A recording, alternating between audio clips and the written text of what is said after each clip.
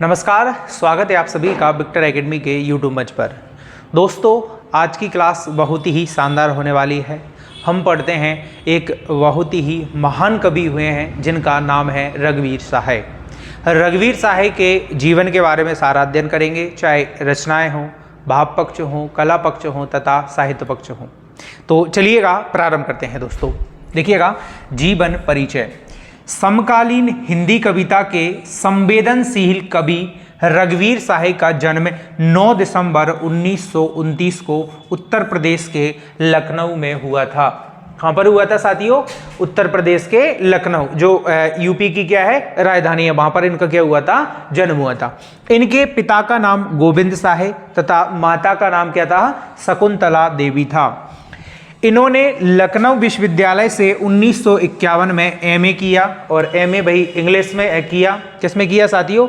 अंग्रेजी साहित्य में किया। और इनका विवाह बिमलेश्वर सहाय से, कौन सी सहाय से? बिमलेश्वर सहाय से 1955 में हुआ साथियों। ओके, इन्होंने प्रतीक और कल्पना जैसी अनेक पत्रिकाओं में संपादन मंडल के सदस्य के रूप में क्या किया साथियों, कार्य किया। और अज्ञे द्वारा संपादित जो तार सप्तक था, उसमें से जो दूसरा सप्तक था, यानी कि दूसरा सप्तक 1951 में प्रकाशित, इन्होंने अपनी रचनाओं से विशेष ख्याति प्राप्त हुई। और वर्ष 1990 में दिल्ली में इन महान साहित्यकार का क्या हो जाता है, इन संसार से जाना हो जाता है, यानी कि ये संसार से विदा हो जाते हैं साथियों। ये तो इनके बारे में जीवन का क्या था, सारा का सारा सार था। अब इनके बारे में रचनाएं पढ़ते हैं। दोस्तों देखिएगा, मूल रचनाओं के बारे में। मूल रचनाएं हैं सदियों पर धूप में, सीढ़ियों पर धूप में, क्या है साथियों? सीढ़ियों पर धूप में, आत्महत्या के विरुद्ध, और हंसो हंसो जल्दी हंसो। क्या भाई? हंसो हंसो जल्दी हंसो। और लोग भूल गए, कुछ पत्ते, कुछ चिट्टियां, और एक समय था। ये सारी रचनाएं किनकी है साथियों? रघुवीर सहाय जी की है। आगे देखिएगा नेक्स्ट, इनका भाव पक्ष।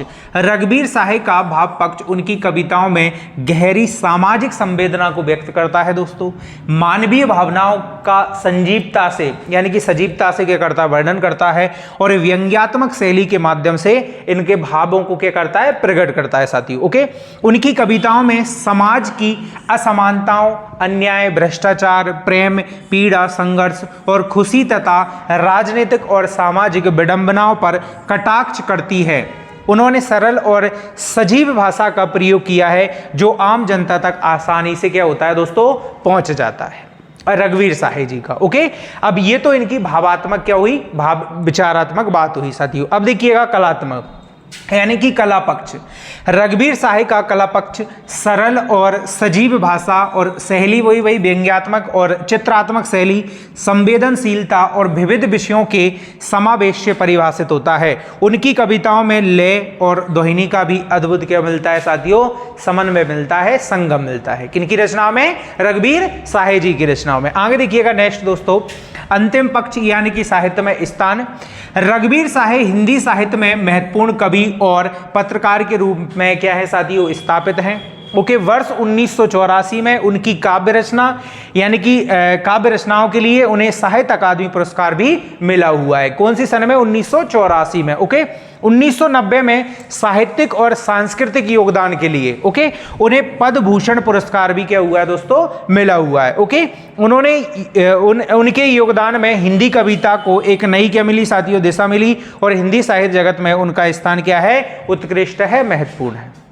उम्मीद करता हूं ये जीवन परिचय आपको अच्छा लगा होगा। ठीक है, मिलते हैं। जय हिंद।